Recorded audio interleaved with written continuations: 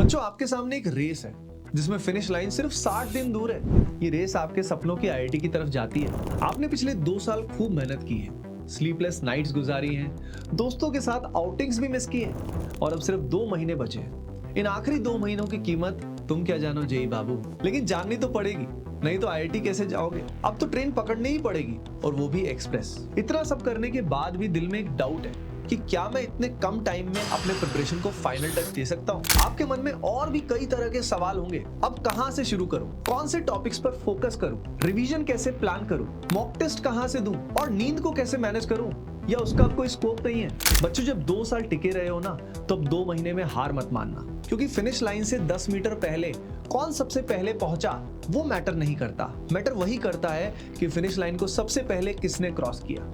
आप बोलोगे, अरे सर डर बहुत लगता है, लेकिन डर के आगे जीत है। बेटा बिल्कुल टेंशन मत लेना, मैं हमेशा आपके साथ था, साथ हूं और आगे भी साथ ही रहूंगा। लेकिन सिर्फ मेरे या आपके सोचने से नहीं होगा, आपके करने से होगा, प्रैक्टिस से ही होगा। तो बताओ, आप इन 60 डेज में अपने बेस्टेस्ट ऑफ द बेस्ट देने के लिए रेडी हो? अगर हाँ, तो अभी कमेंट सेक्शन में जाके यस आई एम रेडी लिखो और अपना जेईई मेन का टारगेट परसेंटाइल भी लिखो, ताकि मुझे आपकी रेडीनेस समझ में आ सके और आपको अपना टारगेट एक बार वापस याद आ जाए। आज मैं आपके लिए लेकर आया हूं एक ऐसी स्ट्रैटेजी जो पिछले 2 साल की मेहनत को नेक्स्ट लेवल पर ले जाएगी। आने वाले 60 दिन सिर्फ दिन नहीं है, ये आपकी लाइफ के बेहद इंपॉर्टेंट जर्नी के दिन है। मैं आपको बताऊंगा कि कैसे आप इन 60 दिनों को प्लान कर सकते हैं, ताकि आप जेईई मेन जनवरी अटेम्प्ट में अपना बेस्ट दे सके। हम सब जानते हैं कि जेईई की तैयारी एक मैराथन है, लेकिन ये आखिरी 60 दिन एक स्प्रिंट की तरह है।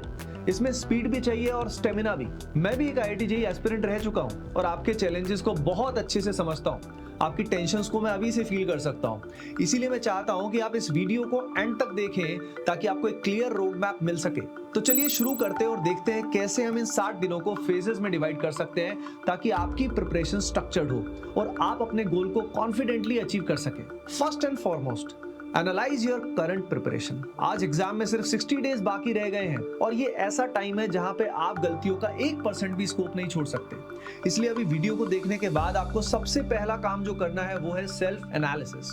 सभी बच्चे एक ही स्टेज पर नहीं होते, इसलिए हमने सेल्फ एनालिसिस के लिए 2 मेन पैरामीटर्स का बेसिस पर आपको 3 कैटेगरीज में डिवाइड किया है। ये 2 पैरामीटर्स हैं सिलेबस कंप्लीशन और मॉक टेस्ट में मार्क्स। इन दोनों पैरामीटर्स को देखकर हम 3 अलग अलग कैटेगरीज बना रहे हैं, ताकि हर कैटेगरी के स्टूडेंट को उनकी स्पेसिफिक जरूरत के हिसाब से 60 दिन की स्ट्रेटेजी दी जा सके। सबसे पहले कैटेगरी 1, हाई अचीवर्स। सिलेबस 90 से 95% कंप्लीट और मॉक टेस्ट में मार्क्स 200 के आसपास। इस कैटेगरी में आप वो स्टूडेंट्स हैं जिन्होंने अपना सिलेबस ऑलमोस्ट कंप्लीट कर लिया है और आपके मॉक टेस्ट में भी अच्छे मार्क्स आ रहे हैं, अराउंड 200 मार्क्स आ रहे हैं। ये कैटेगरी के स्टूडेंट्स ऑलरेडी अच्छी पोजीशन में हैं और उनका मेन फोकस मार्क्स को और भी बढ़ाना है। कैटेगरी 2 है मॉडरेट अचीवर्स।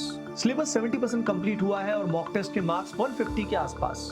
ये कैटेगरी उन स्टूडेंट्स की है जिन्होंने अपना सिलेबस अभी 70% तक कंप्लीट किया है और उनके मॉक टेस्ट मार्क्स भी मॉडरेट है, अराउंड 150 मार्क्स। इन स्टूडेंट्स का प्राइमरी फोकस सिलेबस को कंप्लीट करना और वीक कॉन्सेप्ट्स को स्ट्रॉन्ग करना होना चाहिए, ताकि वो आगे चलकर कैटेगरी 1 में शिफ्ट कर सके। कैटेगरी 3 है बिगिनर्स। ये कैटेगरी उन स्टूडेंट्स की है जिन्होंने अभी 50% के आसपास सिलेबस कवर किया है या उनके मॉक टेस्ट में मार्क्स अराउंड 100 आ रहे हैं या उससे भी कम। इन स्टूडेंट्स का main M cut off clear करना ही है और उनको अपने मार्क्स को इंप्रूव करने की जरूरत है, ताकि वो जेईई मेन 2025 पहले ही अटेम्प्ट में मिनिमम 120 मार्क्स तो लाएं। आइए कैटेगरी 1 हाई अचीवर्स के लिए मार्क्स बूस्टर स्ट्रेटेजी देखते हैं। कैटेगरी 1 के सारे स्टूडेंट्स ऑलरेडी एक अच्छी पोजीशन में हैं, लेकिन ये एंड पॉइंट नहीं है। आपका मेन फोकस होना चाहिए मार्क्स को और भी बढ़ाना। इसके लिए आपको अपना टाइम इफेक्टिव रिवीजन और टेस्ट एनालिसिस पर लगाना होगा। सबसे पहले आपको ये समझना होगा कि आपके मार्क्स एक ही जगह पर स्टक क्यों हो रहे हैं।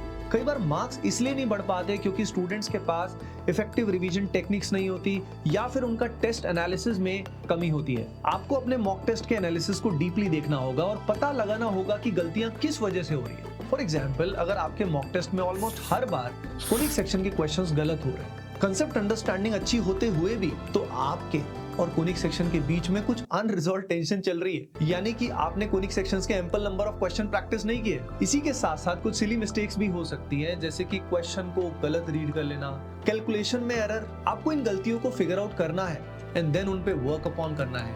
नेक्स्ट मॉक टेस्ट में आपको एक सिंपल सा रूल फॉलो करना है RMA यानी revision, mock test and then analysis and then reiterate the process. मैं आपको यही सजेस्ट करूंगा कि मॉक टेस्ट के लिए आप 2 से ज्यादा टेस्ट सीरीज को ज्वाइन ना करें। एक आप अपनी कोचिंग की टेस्ट सीरीज को कंटिन्यू रखें और उसी के साथ साथ आप AOTS यानी ATP ऑनलाइन टेस्ट सीरीज को ज्वाइन कर लें, जो कि लेटेस्ट पैटर्न के हिसाब से अपडेटेड है। लिंक आपको डिस्क्रिप्शन में मिल जाएगा। हर मॉक टेस्ट के बाद आपको ये एम करना चाहिए कि आपके मार्क्स सीक्वेंशियली बढ़ रहे हैं, मतलब हर बार आपको 8 से 10 मार्क्स इंप्रूव करने की कोशिश करनी है। डिफरेंट डिफिकल्टी लेवल के मॉक टेस्ट भी देने चाहिए, जिसके लिए आप प्रीवियस ईयर पेपर्स को एज अ टेस्ट अटेम्प्ट करें, specially the toughest and the easiest shift. अब बात करते हैं कैटेगरी 2 यानी मॉडरेट अचीवर्स के बारे में, जिनके लिए सिलेबस कंप्लीशन में मार्क्स बूस्टर स्ट्रेटजी में लेकर आया हूं। आपके पास 2 ऑब्जेक्टिव्स हैं। प्राइमरी ऑब्जेक्टिव है हमारा मार्क्स को इंक्रीज करना और सेकेंडरी ऑब्जेक्टिव है हमारा सिलेबस कंप्लीट करना। अब इस बात को बहुत ढंग से अपने को ध्यान रखना है। अब इसमें सबसे पहले बात करते हैं first 15 days sprint. In first 15 days आपको ये लिस्ट डाउन करना है कि आपके कौन से चैप्टर्स बाकी हैं और जो हो गए हैं उनमें से कौन से वीक हैं। ये लिस्ट बनाते समय थोड़ा इमोशनल नहीं होना, क्योंकि लिस्ट तुम्हें इमोशनल करने की पूरी कोशिश करेगी। बस वो चैप्टर्स लिखो जो हाई वेटेज है, जो इंपॉर्टेंट है। हाई वेटेज चैप्टर्स का लिंक डिस्क्रिप्शन में दिया हुआ है। जो चैप्टर्स अभी तक अनटच्ड है और उनका वेटेज बहुत ज्यादा है, तो आपको उनको पहले कंप्लीट करना है। आप ऑनलाइन वीडियो लेक्चर देख सकते हैं। इन चैप्टर्स को इन डेप्थ समझना बहुत जरूरी है, क्योंकि इनका वेटेज भी ज्यादा है और आपने पहले पढ़ा भी नहीं हुआ है। और अगर ऑनलाइन वीडियो से समझ में नहीं आ रहा है, तो शायद आपका इंटरनेट स्पीड भी जेईई की तैयारी से ज्यादा स्लो है। एंड हाई वेटेज सारे कंप्लीट हैं, तो जो बचे हुए चैप्टर्स हैं उनको कंप्लीट करना है। अगर कोई चैप्टर आपका कमजोर है, यानी आपने उसको पढ़ा तो हुआ है एक बार, लेकिन बहुत ज्यादा क्वेश्चन प्रैक्टिस नहीं किया है, ऐसे चैप्टर्स के लिए आप वन शॉट्स को रेफर कर सकते हैं। सारे चैप्टर्स के वन शॉट आपको चैनल पे मिल जाएंगे। लेकिन याद रखना, ये सब आपको पहले 15 दिन में ही करना है। ये मत सोचना कि समडे हो जाएगा, अभी हो जाना चाहिए। ट्राई करना है कि आपका 90% तक सिलेबस कंप्लीट हो जाए। इतना करने के बाद आप नेक्स्ट 15 डेज में कैटेगरी 1 यानी हाई अचीवर्स में आ जाओगे। अगले 45 दिनों में आपको वही स्ट्रैटेजी फॉलो करनी होगी जो कैटेगरी 1 के स्टूडेंट्स कर रहे हैं, यानी रिवाइज करना है, मॉक टेस्ट देना है, ठीक से एनालाइज करना है, वीक टॉपिक्स को इंप्रूव करना है और मार्क्स ग्रोथ पर फोकस करना है। इस तरह आप भी अपने मार्क्स को इंप्रूव कर सकते हैं और अपनी प्रिपरेशन को एक नई डायरेक्शन, नए लेवल पर ले जा सकते हैं। चलो बात करते हैं कैटेगरी 3 यानी beginners. Cut off clear strategy. इस कैटेगरी के स्टूडेंट्स का प्राइमरी एम है कट ऑफ क्लियर करना। जेईई 2025 में कट ऑफ क्लियर करने के लिए आपको कम से कम 120 मार्क्स तो लाने होंगे। इसके लिए आपको अपनी स्ट्रेटेजी को इस हिसाब से एडजस्ट करना होगा जो मैं बताने वाला हूं। सबसे पहले हम बात करने वाले हैं 30 डेज की। पहले 30 दिनों में आपको अपना सिलेबस कवर करना होगा। देखो, सब कुछ कवर करना अब रियलिस्टिक नहीं है, पर हाई वेटेज टॉपिक्स ही आपके बेस्ट फ्रेंड्स बनने वाले हैं। अगर आप पूरा कवर करने बैठोगे तो अगला अटेम्प्ट आ जाएगा। ये बहुत जरूरी है कि आप आइडेंटिफाई करें कि जेईई मेन में हाई वेटेज वाले चैप्टर्स कौन से हैं हर सब्जेक्ट में, और फिर उन हाई वेटेज टॉपिक्स को अच्छे से समझकर पढ़ें। आपको कोशिश ये करनी है कि आप एक ही जगह से डेडिकेटेडली पढ़ें, ताकि कंफ्यूजन ना हो और आपकी अंडरस्टैंडिंग स्ट्रांग हो। इस लास्ट मोमेंट पे बहुत सारी जगह रिसोर्सेज के लिए माथा मत मारना। इन हाई वेटेज चैप्टर्स के साथ साथ डीबीपी सॉल्व करो, पीवाईक्यूज पे फोकस करो।